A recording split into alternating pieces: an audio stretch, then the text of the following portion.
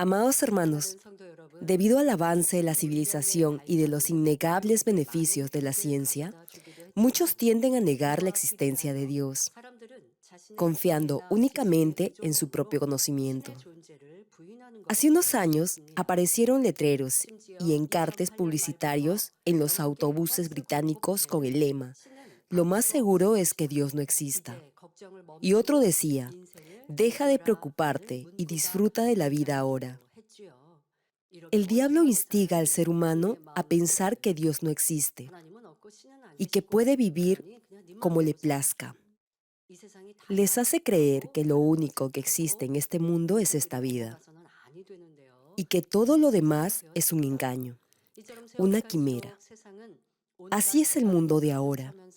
A medida que pasa el tiempo, el mundo se llena más de pecado y se opone a Dios. Muchos no distinguen la verdad de la mentira y caen en el engaño. También la mayoría incurre en la equivocación de juzgar y condenar una idea como incorrecta basándose en teorías o filosofías que consideran correctas. Si es sensible y tiene bondad en su corazón, al menos trataría de escuchar a quienes piensan diferente. Sin embargo, si la maldad en su interior crece, su propio concepto de lo que cree que es correcto primará sobre cualquier otro criterio. Y si alguien piensa un poco diferente, lo criticará y afirmará que está equivocado. Juzgará arbitrariamente lo que está bien y lo que está mal.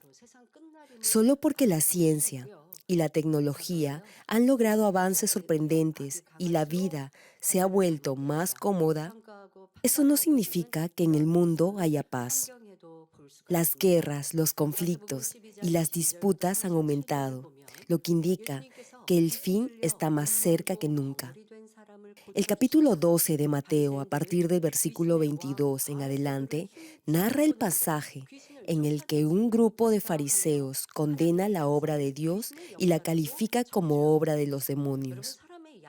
El Señor había sanado a un hombre endemoniado que estaba ciego y mudo, y los fariseos dijeron: "Este hombre", refiriéndose a Jesús, "no echa fuera demonios sino por Belcebú, el príncipe de los demonios". Hermanos, el que tiene al menos algo de compasión en su corazón y ve totalmente recuperado a alguien que estaba ciego, sordo y poseído por un demonio, debería al menos alegrarse. Aunque no sea su familiar ni pariente, normalmente preguntarían: ¿cómo ha podido suceder ese milagro? No obstante, los fariseos y los escribas, cegados por sus celos de Jesús, insistían en su autoconcepto de justicia y decían que el Señor había sanado y expulsado al demonio con ayuda de Belcebú. Pregunto, ¿cómo podían considerar una buena acción como mala? Esto sucede cuando su corazón está impregnado de maldad y juzga y condena gratuitamente a los demás. En ese momento, el Señor les dijo en el versículo 31, "Por esto les digo, que todo pecado y blasfemia será perdonado a los hombres, pero la blasfemia contra el Espíritu no será perdonado. Y a cualquiera que diga palabra contra el Hijo del Hombre le será perdonado, pero cualquiera que hable contra el Espíritu Santo no le será perdonado ni en este mundo ni en el venidero". En otras palabras, condenar el obrar del Espíritu Santo y calificarlo como obra de los demonios es un pecado de blasfemia contra el Espíritu de Dios, que no podrá ser perdonado. En este tiempo final, donde el mundo está cegado por el pecado, debe prestar atención a esta palabra del Señor. Necesita discernir con precisión los espíritus a la luz de la palabra de Dios y no ser engañado por el maligno. Es importante no juzgar ni condenar en forma ligera y descuidada a otros. Uno de los errores que incluso los creyentes cometen a menudo se refiere a la percepción de la herejía. Hoy me gustaría compartir lo que Dios dice sobre la herejía basada en la Biblia. Espero que entiendan bien lo que ahora vamos a tratar y así puedan explicar este importante tema con sabiduría a aquellos que juzgan y condenan injustamente a otras iglesias porque aún no conocen correctamente la verdad. Esfuércense por llegar a ser hijos de luz y así puedan guiar a infinidad de almas por el camino correcto. En el diccionario, el vocablo herejía se define como elegir un camino distinto al propio o un camino incorrecto. En el contexto cristiano se refiere a una enseñanza falsa que se opone a las verdades cristianas que se consideran vitales e innegables. Es decir, en la medida en la que piense que su doctrina o creencia es la única correcta, considerará a otros credos o dogmas heréticos. Por ejemplo, alguien que cree que el budismo es la única doctrina correcta, considerará al confucianismo y a otras religiones como heréticas. Así es como generalmente se define el adjetivo herejía. Sin embargo, como Dios es la única verdad, la definición correcta de herejía debe encontrarse en la Biblia, la palabra de Dios. Ahora veamos qué dice la Biblia al respecto. El término herejía aparece un total de 5 veces en las Escrituras, pero la definición más clara se registra en un solo versículo en el capítulo 2 de Segunda de Pedro.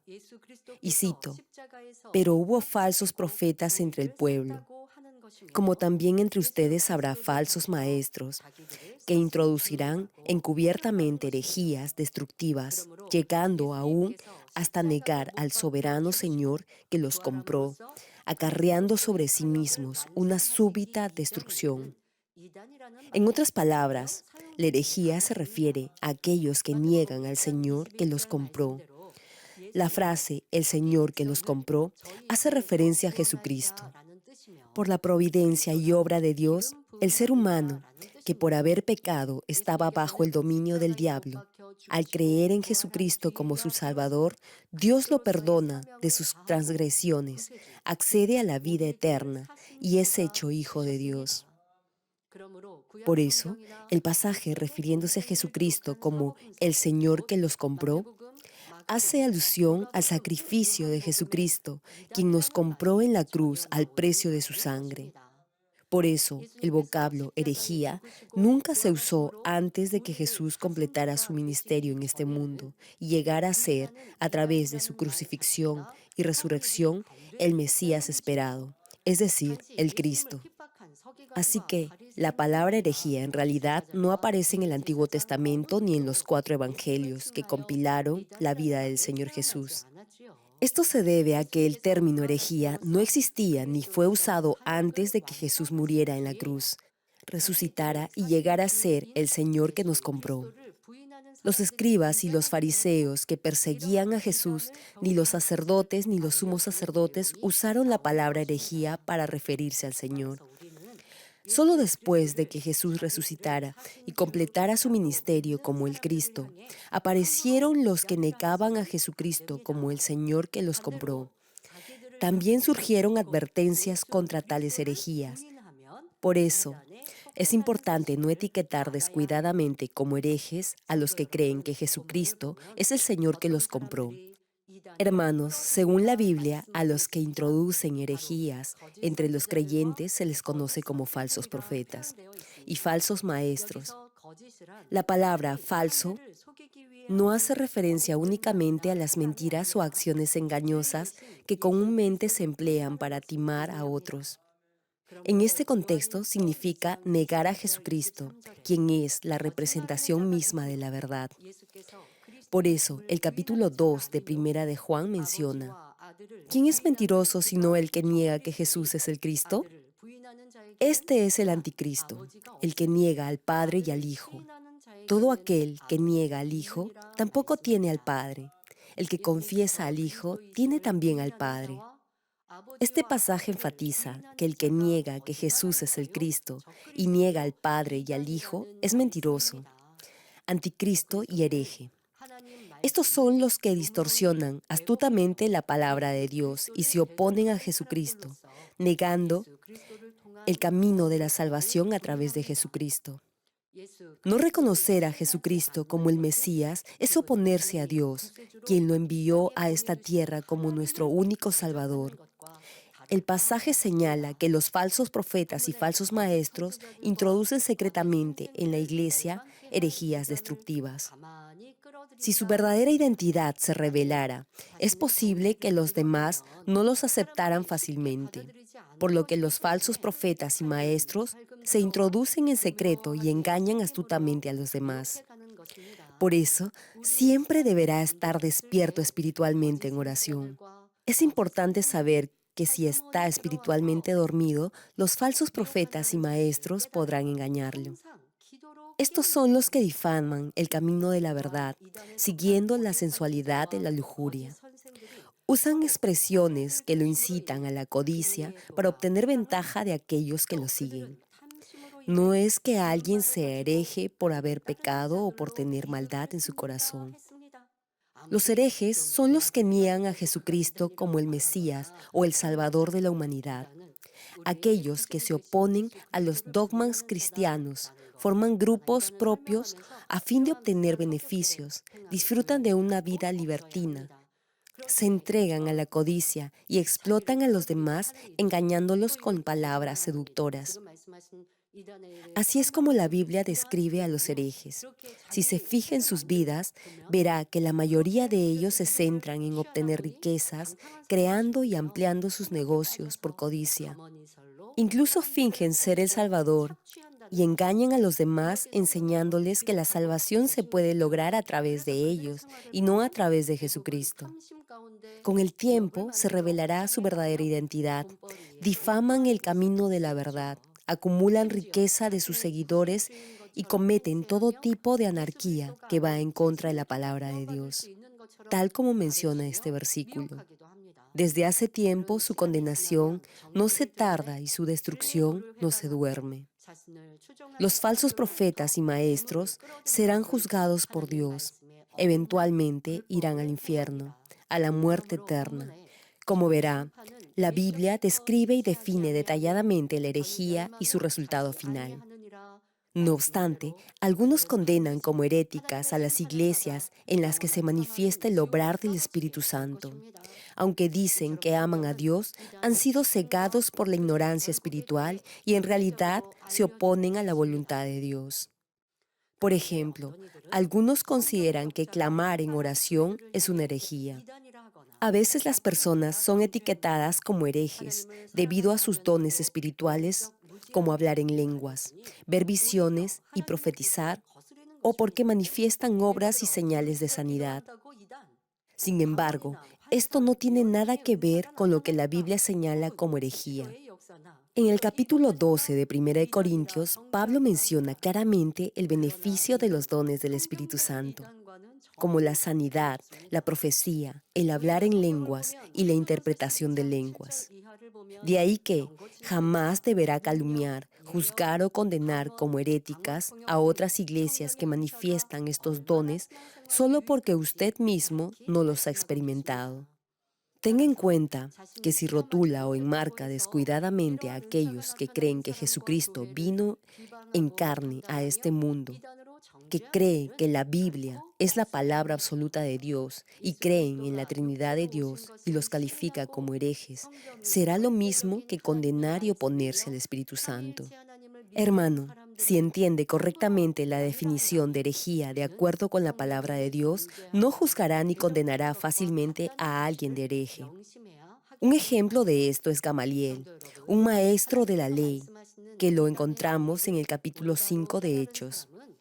En los primeros días de la iglesia primitiva, los apóstoles realizaron muchas señales y prodigios en el nombre de Jesucristo, y miles llegaron a creer en el Señor Jesucristo como el Mesías. Entonces, los líderes religiosos judíos, celosos de los apóstoles, los amenazaron, los encarcelaron e incluso intentaron matarlos. Ahora, ¿cómo reaccionó Gamaliel en ese momento?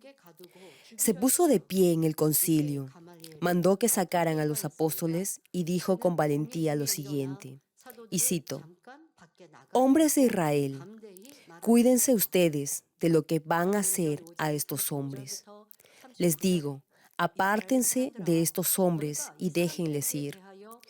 Porque si este consejo o esta obra es de los hombres, será destruida. Pero si es de Dios, no podrán destruirles. No sea que se encuentren luchando contra Dios. Tal como dijo Gamaliel, si la obra o los milagros que hacían los apóstoles no era de Dios, eventualmente desaparecerían por sí solas, sin que nadie tuviera que intervenir. Ahora, si sabe que un milagro o una obra es de Dios, pero se opone o interfiere llevado por los celos, no podrá destruirla, sino que se opondrá a Dios, y eso le traerá castigo y juicio.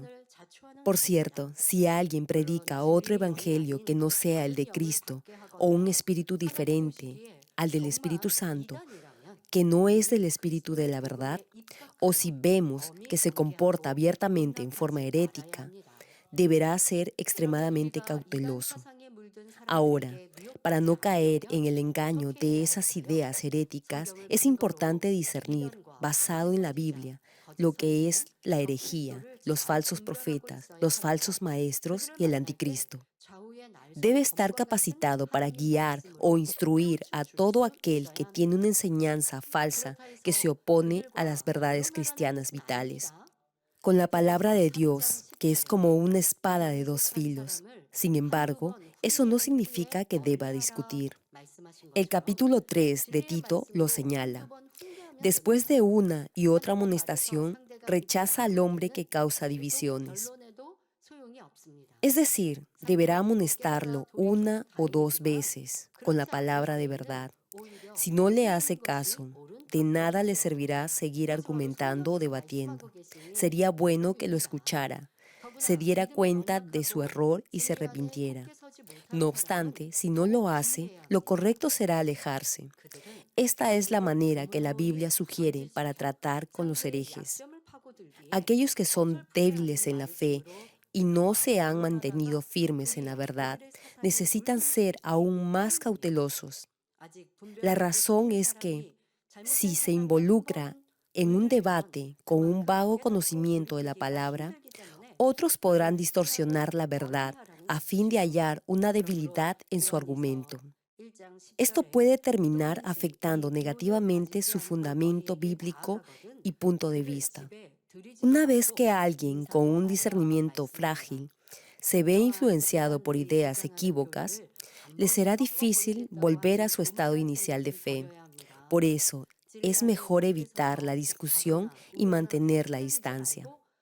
El capítulo 1 de Segunda de Juan nos dice, si alguien va a ustedes y no lleva esta doctrina, no lo reciban en casa ni le digan bienvenido. Es decir, ni lo saluden. Tampoco crea arrogantemente que su deber es desacreditar toda doctrina herética. Cierto es que debe mantenerse firme en la verdad y no fluctuar ni dudar. Dé testimonio de la palabra de Dios y confíe completamente en el Espíritu Santo. En lugar de intentar vencer el mal dependiendo de su propio conocimiento bíblico, deberá hacerlo confiando en el Espíritu Santo y el mal huirá. Lo más importante es que deje bien en claro en quién confía y a quién le pertenece. En el capítulo 27 de Hechos leemos un pasaje que es un ejemplo de lo anteriormente dicho. La nave que transportaba a Pablo a Roma para comparecer ante César enfrentó un viento huracanado. En esas circunstancias, cuando los tripulantes y pasajeros habían perdido toda esperanza de salvarse, Pablo se puso de pie y los tranquilizó diciendo, porque esta noche estuvo conmigo un ángel del Dios, de quien soy y a quien sirvo, y me dijo, no temas, Pablo, es necesario que comparezcas ante el César, y he aquí, Dios te ha concedido todos los que navegan contigo. Por tanto, señores, tengan buen ánimo, porque yo confío en Dios que será así como me ha dicho. En estos días Lo que más se necesita es una confesión de fe, como la del apóstol Pablo. Declarar con valentía y plena certidumbre de fe, y sin temor alguno, que es un hijo del Dios Todopoderoso. Cuando deja en claro en quién confía, el diablo, que se le acerca maquillando una herejía como supuesta verdad, huirá. Y es que el maligno merodea como león rugiente, buscando a quien devorar y tentando a los creyentes. Los engaña para que se alejen de Dios, así que deberá mantenerse firme en la verdad, la palabra de Dios, y no fluctuar en ninguna circunstancia. Igualmente, no deberá condenar imprudentemente a alguien como hereje, cuando no lo es, porque eso podría impedir el obrar del Espíritu Santo. Esto es una blasfemia contra el Espíritu Santo y un pecado grave e imperdonable para Dios. Debe saber discernir los espíritus conforme a la palabra de verdad. Sin embargo, como muchos no disciernen correctamente los espíritus, a menudo vemos casos en los que las iglesias que reconocen al Dios Trino y muestran el obrar del Espíritu Santo son condenadas como heréticas o criticadas por diversos medios. Pregunto, ¿a quién se le debe atribuir las obras extraordinarias, maravillosas y milagrosas del poder de Dios, de sanidad, respuesta a las peticiones de oración y solución de problemas familiares o de cualquier otra índole? Al Espíritu Santo. ¿No hay otro más? ¿O acaso creen que el diablo va a sanar a los enfermos o liberar a los endemoniados? En esta iglesia, Dios obra sanando, liberando y respondiendo a las oraciones de los hermanos. Aquí se proclama que solo hay un Dios y que solo Dios es el único Dios verdadero, que se debe vivir por la palabra de Dios, creer en el Señor Jesucristo y caminar en la luz. ¿Acaso el diablo diría eso? Claro que no. No obstante, aunque algunos profesan creer en Dios, no tienen conocimiento bíblico de lo que es la herejía, ni entienden su definición. Por eso, se apresuran a juzgar a otros creyentes como herejes, lo cual es muy lamentable. Con esto termino. La verdadera definición de herejía se encuentra solo en la Biblia, y la palabra dice claramente que los que niegan al Señor que los compró, es decir, a los que niegan a Jesucristo, son herejes. Hoy en día, hay muchos que condenan como herejes a otras iglesias o pastores debido a pequeñas diferencias en la doctrina o liturgia, en lugar de basarse en la Biblia. Es importante nunca juzgar o condenar a una iglesia o a un pastor como herético si no niega a Jesucristo, si cree en la Trinidad de Dios y si comparte las doctrinas bíblicas centrales del nuevo nacimiento, la resurrección, la segunda venida del Señor y del día del juicio final y el reino de los cielos. Debe tener en cuenta que condenar en forma ligera y sin fundamento bíblico a una iglesia o pastor significa blasfemar y oponerse al Espíritu Santo, lo cual conducirá a la muerte eterna. Espero que todos distingan la verdad de la mentira por la palabra de Dios. Oro en el nombre del Señor Jesucristo, que solo sigan a Jesucristo, quien es el camino, la verdad y la vida.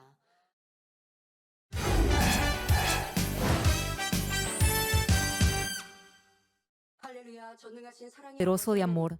Pon tu mano sobre todos los que están recibiendo por fe esta oración a través de enlace. Manifiesta tu obrar que trasciende el tiempo y el espacio en todos tus hijos alrededor del mundo. Dales la fe para que puedan creer y aleja todo pensamiento negativo y toda duda. Quita de ellos toda carga y aflicción. Quema con el fuego del Espíritu Santo todo dolor y limpia todo órgano interno, nervio y célula. Ordeno, en el nombre de Jesucristo, al diablo y a Satanás, a toda enfermedad, virus y bacteria, fuera. Sana toda enfermedad incurable, endémica, incluida la malaria, que toda enfermedad contagiosa, resfriado, tos, fiebre y gripe desaparezcan. Protégelos de toda clase de virus e infecciones. Límpialos de todo tipo de cáncer, cáncer de estómago, al pulmón, al hígado, cáncer de mama, cáncer al útero, a la próstata, al colon y cáncer de piel. Sana toda otra enfermedad como el SIDA, leucemia, tiroides, ginecopatía, apoplejía cerebral, presión arterial alta y baja, diabetes, enfermedades cardiovasculares, afecciones a la piel y toda infección. Líbralos de todo tipo de discapacidad motriz, poliomielitis, derrame cerebral, artritis y lumbago. que toda clase de dolor a la espalda, migraña y neuralgia desaparezcan. Libéralos de toda enfermedad mental, de toda epilepsia, autismo, depresión, trastorno bipolar y neurosis. Que toda parte paralizada recupere su movimiento y que los cojos y tullidos se levanten y caminen. Sana a los que tienen problemas en la vista y el oído, que los ciegos vean, los sordos oigan y los mudos hablen.